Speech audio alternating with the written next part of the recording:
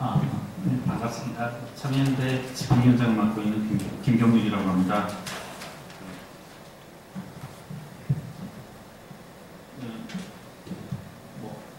화면이 뜰 때까지 잠시 말씀드리면, 이제 저희 참여연대에서 자원외교라든가 이런 사례도 많이 그동안 공부를 하고, 그리고 또 많은 비리를 파헤치고 했는데요. 포스코는 그에 반해서 아무래도 공기업이 아닌 이상 국회에서 이렇게 조사, 감사 권한이 폭넓고 깊지 않아서 그동안 많은 이렇게 비리라든가 부실 상황이 드러나진 않았던 것 같습니다. 화면이 안 떠오르더라도 발전이 있으니까 일단은 시작해 나가겠습니다. 이제 첫 번째는 제가 포스코 뉴스룸 홈페이지 상에 포스코 뉴스룸의 2018년 4월 26일자 헤드라인을 한번 인용해 보겠습니다. 오늘 오전에도 한번 이렇게 화면을 캡처하기 위해서 들어갔었는데 이것뿐만 아니라 여러 가지들이 많더라고요.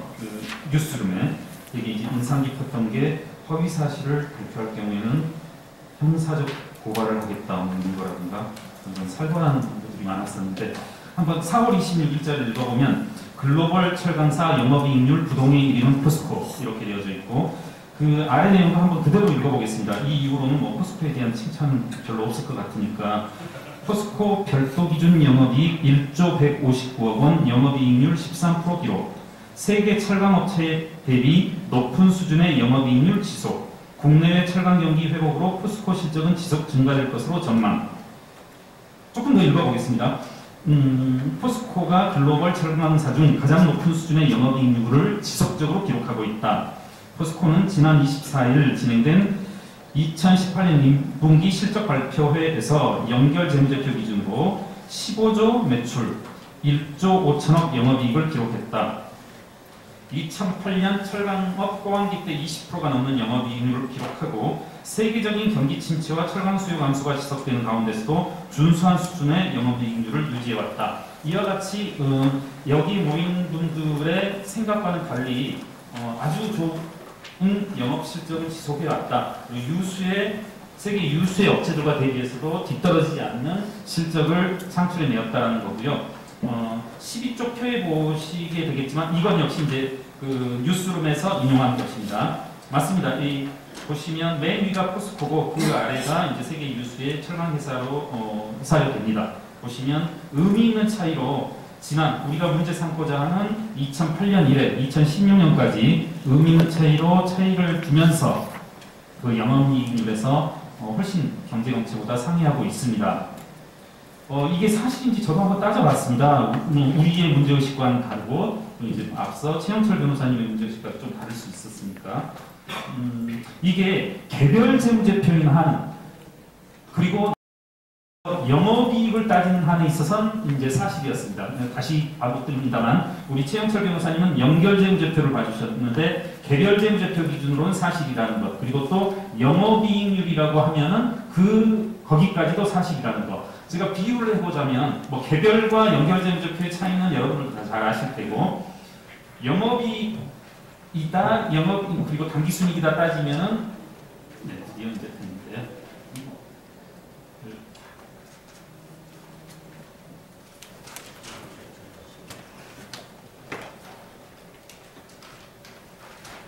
그래서 두 가지입니다.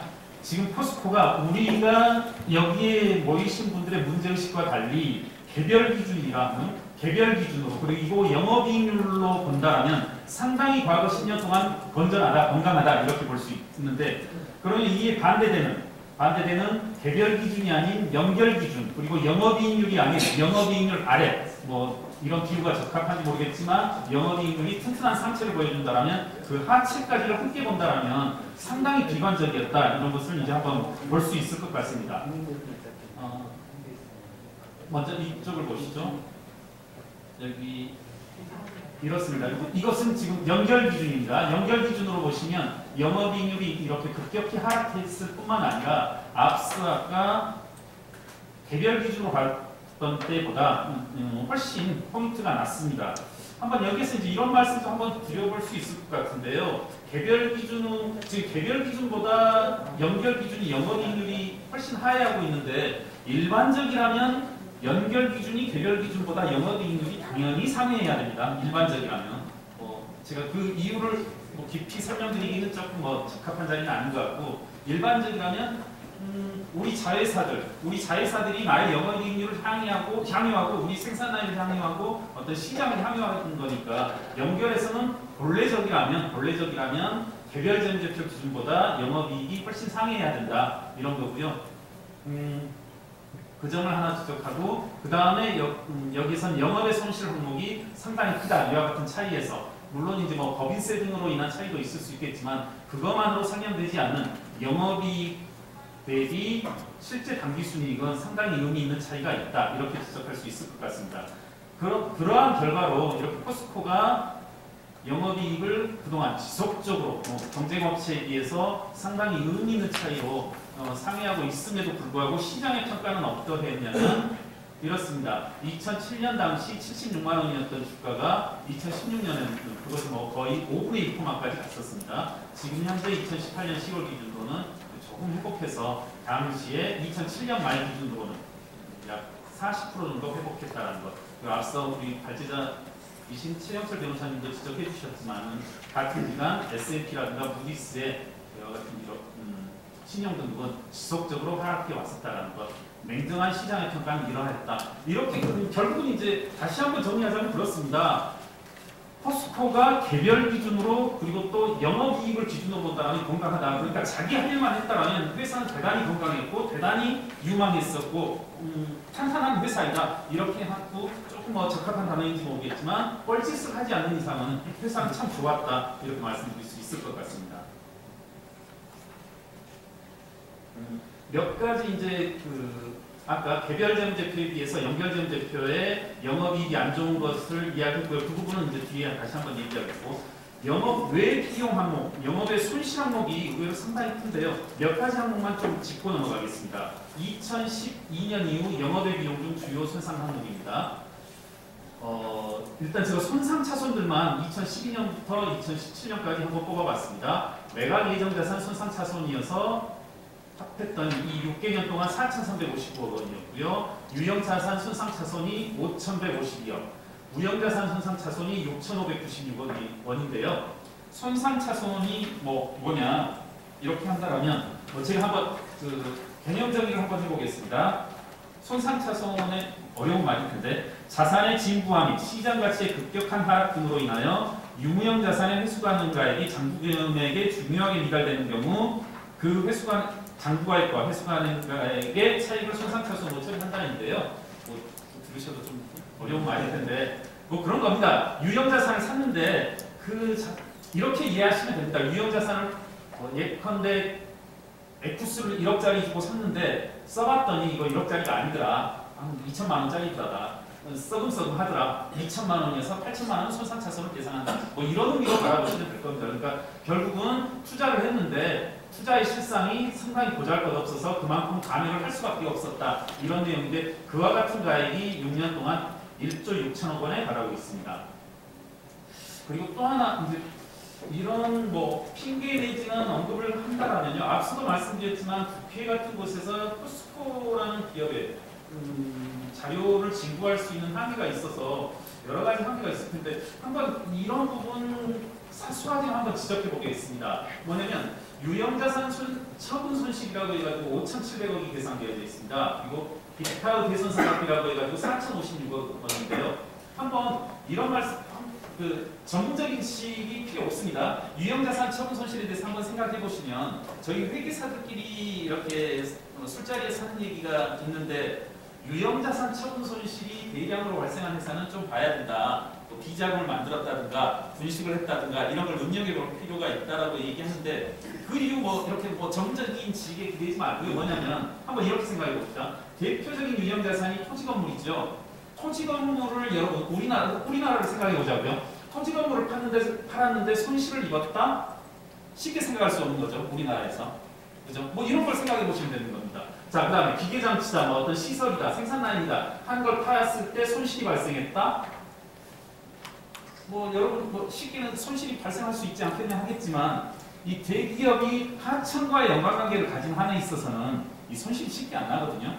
유형자산이 어떤 자산을 일컫느냐면 회사가 그 생산에 필요한 그런 기자재, 어떤 설비일 텐데요. 이거 내용연수 동안 쓰는 것을 이제 기본으로 할 테고, 어떻게 보면 내용연수가 다 되고 나서 장부가액이 0원일 때 파는 것이기도 하고요. 또 하나는 이런 특성도 있습니다. 우리나라의 어떤 원하청 구조의 독특한 특성이라고 할 수 있는데, 원청 기업에서 기계장치를 판다, 설비를 판다 하면은 조금은 과장을 하면, 미원을 치자면 하청업체들이 이거 반드시 사갑니다. 과장을 약간 실제로 그렇습니다. 원청업체에서 기계를 판다, 하청업체에서 쓸모가 없어도 사가는 경우가 있어요. 왜? 다른 경쟁업체에서 가져가면 안 되니까. 그리고 원청업체에서 기계를 팔면 우리가 그 기계로 생산할 수 있는 품목을 우리만이 생산할 수 있는 어떤 안정적인 원하청 구조에서 어떤 생산 품목들을 확보할 수 있으니까, 이런 이유들로 해서 유형자산 처분 손실이 거액으로 발생할 여지는 없습니다. 한번 유사하지만 좀 차이는 있겠지만 현대제철과 제가 비교를 해봤었을 때도 금액이 좀 과다하다. 그리고 또 하나 이제 기타의 대손상각비인데요. 이건 그런 겁니다. 대손상각비라 하면 못 받는 겁니다. 물건을 팔고서 받아야 될 돈이 있는데 못 받는다는 건데, 주목하실 것은 기타의라는 표현입니다. 기타의. 이건 뭐냐면 일상적인 상거래가 아니라 유형자산 매각이라든가 기업 매각을 하고 나서 받아야 될 돈을 못 받는다는 거죠. 대손상각비라면 영업활동에서 발생한 채권을 못 받는다는 건데, 기타의 대손상각비라고 하면 비경상적인 유형자산을 팔고서 내지는 기업을 팔고서 상대방으로부터 받아야 될 돈을 이와 같이 못 받는다. 이것도 지극히 이례적이라는 것. 우리 이제 국민운동본부 분들이 여러 가지 자료들을 상당히 두껍게 가져왔는데, 그런 맥락들에서 바라보면 한번 큰 이제 틀에서 바라보자면 유형자산 처분 손실과 기타의 대손상각비가 이와 같이 거액으로 발생됐다는 것은 상당히 여러 가지 사안들에 대해서 구체적인 혐의를 추론해 볼 수 있지 않나 하는 그런 생각이 듭니다. 앞서 이제 우리 최 변호사님도 언급하셨지만 이런 것도 이제 여러 가지 이해적이고 증권사 리포트들이라든가 이런 데서 꾸준히 지적을 하더라고요. 무분별한 M&A의 결과로서 2007년에 62개, 그리고 관계기업인 공동기업은 22개였는데 각각 179개, 111개로 증가하였다는 것. 결국은 이와 같은 종속기업들에서 그리고 관계기업들에서 영업활동의 저조가 개별재무제표에 비해서 연결재무제표에서의 영업이익이 훨씬 저조한 그런 결과들을 낳지 않았나 이런 생각을 합니다. 이제 하나는 앞서 변호사님께서 국내 투자 사례를 말씀하셨고, 이제 제가 산토스와 그리고 산토스 C&I라는 회사의 의혹을 구체적으로 한번 얘기해 볼까 하는데요. 이것은 제가 알기로는 이제 뉴스타파 2016년 4월 8일자 기사로부터 비롯된 것으로 알고 있습니다. 이 포항제철 포스코를 접근해서 집중해서 보자 이런 게 아니라, 당시 파나마의 로펌 이제 파나마가 이제 조세 피처라고 알려진 파나마 로펌의 그 모세콘세카라는 그 법무법인에서 자료가 유출되면서 나온 건데요. 거기에 포스코가 산토스 C&I라는 회사를 인수하는 그런 여러 가지 재반의 서류들이 드러나면서 이제 추적을 시작했던 것으로 알고 있습니다. 먼저 한상기 기자께서 이제 발견을 하고서 이제 저희 참여자들을 통해서 여러 가지 자문을 구해서 저희도 이제 함께 볼 수 있는 그런 행운을 얻었었는데요. 개요는 이렇습니다. 포스코가 이 모세콘세카라는 일종의 법률 대리인, 법률 중개인을 통해서 SNK라는 회사입니다. SNK라는 회사가 가지고 있는 SNK 홀딩스가 가지고 있는 산토스 C&I 그리고 EPC 이쿼티스라는 지분을 획득한 과정인데요. 사회자께서 말씀하신 15분이 들어갑니다. 빨리 하겠습니다. 이것은 그겁니다. 이제 포스코와 SNK의 지분 인수 계약서입니다. 뉴스타파 화면에서 가지고 있고요. 이것보다 우선 무엇보다 이 부분을 한번 말씀을 드려야 될 것 같습니다. 이 부분은 뉴스타파에서도 보도했던 거고, 제가 알기로 MBC PD 수첩에도 나왔던 거고, 그리고 SBS 블랙하우스에서도 나왔던 건데요. 그겁니다. 확대는 안 될 텐데요. 이게 보시면 당해년도, 직전년도인데 당해년도, 직전년도 자산, 부채, 자본, 매출 모두 0입니다. 모두 0. 이거를 그냥 액면 그대로 해석하시면 됩니다. 뭐 아무것도 없다는 회사입니다. 아무것도 없는 회사인데 이 회사를 얼마를 주고 샀냐? 552억 원을 주고 샀다는 건데요. 여러 가지 변명을 하고 있습니다. 포스코 측에서는 뭐 여러 가지 이유를 하고 있는데 제가 봐선 어떤 대답도 납득이 안 됩니다. 다 거짓말입니다. 뭐 이렇게 그 역전 앞에서 뜨내기 장사하시는 식당 하시는 분들이 뭐 손님들 속여 먹듯이 막 뭐라고 대답을 하는데 다 뭐 거짓말이고요. 뭐 새겨들을 말은 없습니다. 공식적인 소개는 이와 같이 나옵니다. EPC는 산토스의 국외 프로젝트 수행을 위한 중간관리 회사로 조세피 지역법인의 공공이찰 제한에 대한 대응 및 글로벌 사업관리 절세를 목적으로 한 회사다인데 저 역시 여러 번 읽어봤는데 하나하나 다 알아내는 말이거든요. 중간관리에서도 알고 조세피란 말도 알고 공공이찰 제한도 알고 하는데 이거 전체를 보면 정말 무슨 말인지 모르겠어요. 무슨 말인지 모르겠고 여러 가지 이유를 드는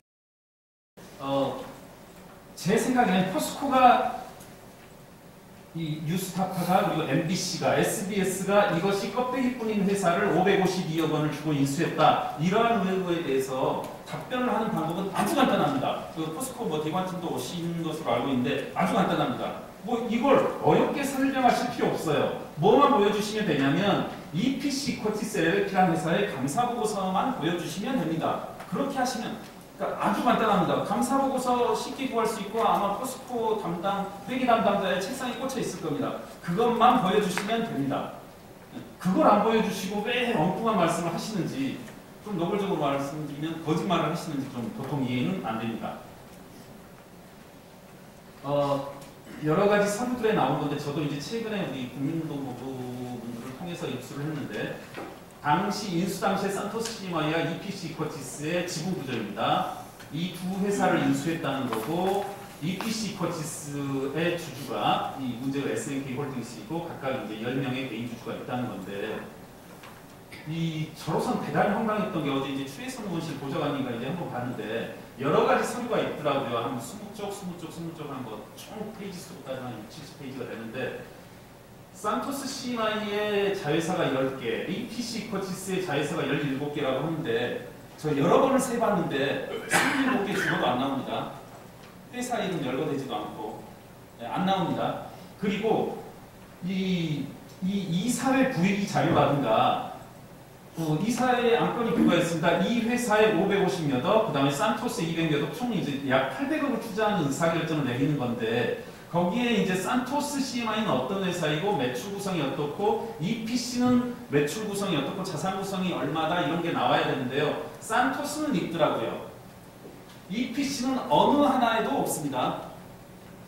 어느 하나에도 없습니다. EPC 이코티스에 관한 정보는 이 구의 자료라든가 회사 내부에서 생산한 컨피덴셜 어쩌고 한 자료 어디에도 EPC 이코티스 회사의 자산이 얼마다 매출이 얼마다 자본이 얼마다 단 한 줄도 없었다라는 것 꼭 좀 알려주십시오. 대관팀분. 빨리 하겠습니다. 20분 다 돼가고 수상한 공시 황당한 해명이라고 하는데요. EPC 이코티스 LLP를 이제 인수하고 나서 두 회사가 각각 포스코가 50%, 엔지니어링이 20%를 인수했는데요. 처음에는 더 이제 가관이었습니다. 또 동일한 회사입니다. 동일한 회사의 EPC 이코티스를 포스코 건설이 공시한 부분이 이 부분, 엔지니어링이 인수한 공시한 부분, 산토스 CMI를 포스코 건설이 엔지니어링이 공시한 부분인데요. 전혀 다릅니다. 처음에는 완전히 달랐습니다. 더 황당하게 달랐는데 나중에 저희 이제 뉴스타파 그리고 청년들가 문제 제기하니까 바꾼다고 바꿨는데 여전히 틀리고요. 이 틀린 이유에 대해서 여러 가지 지금 설명을 하고 있고 국회의원실을 통해서 답변을 하고 금융감독원을 통해서 답변을 하고 있는데 제가 말씀드리겠습니다. 그리고 제 말씀 잘못됐으면 고발해 주세요. 저를. 다 거짓말입니다. 지금 포스코에서 얘기한 건 제가 말하는 게 거짓말이면 저를 고발해 주십시오. 완전히 다 거짓말입니다. 예컨대 하나만 보면 이것은 개별 기준, 이건 연결 기준이라고 하는데 만약에 연결 기준이고 개별 기준이면 반드시 자산이 커야 되거든요. 100보를 양보하면 크거나 같아야 되는데 한번 보십시오. 2013년 크거나 같아야 되는데 포스코 건설이 더 큽니다. 2015년 더 큽니다. 여러 가지로 제가 그게 거짓말이라는 건 여러 가지로 증명할 수 있습니다. 저 좀 고발해 주세요. 마지막으로 이제 한번 그 제목을 따봤는데 범죄자인가 바보인가.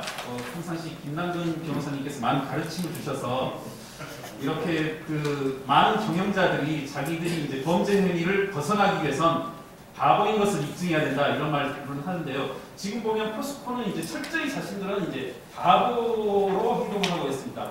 바보여야만 범죄 행위로부터 벗어나기 위해서 행동을 하고 있는데 뭐 이런 식으로 한번 제목을 따봤습니다. 영혼에 팔기 위해서 2017년 1분기에 영혼에 팔기 위해서 2017년 1분기에 848억을 투자합니다. 자, 사실관계를 한번 제가 일단 열거해 보겠습니다. 2017년입니다. 2017년 1분기 검토 보고서를 보시면 EPC 커티스의 지분 취득의 명목으로 먼저 유상증자를 말씀드릴게요. 768억을 유상증자하였습니다. 투자한 거죠. 그러니까 EPC 커티스라는 회사에 768억을 투자했습니다. 더 과거는 이제 계속 과거여야 됩니다. 지분 취득을 80억에 했습니다. 구주를 산 거라는 얘기죠. 누구한테? 주식을 가지고 있는 사람한테. 먼저 말씀드리면 이것만 말씀드릴게요. 지분을 80억에 샀어요. 그리고 같은 분기에 팔아요. 누구한테? 산 사람한테. 얼마에? 영원에. 더 이상 얘기 안 해요. 여러 가지 또 이유를 이야기합니다. 자기들은 뭐 2016년 말에 지급 보증을 뭐 500억인가 해서 이 돈을 줄 수밖에 없었다. 760억을 줄 수밖에 없었다. 하나하나 문제가 보면 맞는데요. 한번 해봅시다. 걔가 바보인지 범죄자인지. 한번 보시면 여기에 제가 인용을 하나 하지 않았습니다. 간단히 말씀드릴게요. 그게 왜 바보인지 EPC 퍼치스가 자 포스코 편을 들어서 말씀드려볼게요. 2016년 말 현재로는 자산이 700억, 부채가 800억입니다. 그 회사를 영원히 팔 수는 있어요. 인정해요. 자산이 700억, 부채가 800억. 자, 유상증자를 해서 760억을 거기에 집어넣었어요. 자산이 700억인 회사, 부채가 800억인 회사에 자 800억 밀어 넣었어요. 그럼 어떻게 돼요? 자산 1600억, 부채 800억 되죠. 그 회사를 영원히 팔면 그거 병신입니까? 바보입니까? 그래놓고 지금 이렇게 보도한 거에 대해서 언론중재위에 기소하고 했어요. 물론 자신이 바보임을 입증하기 위해서이겠죠. 어떤 식으로든 자기가 바보라는 걸 입증해야 되니까.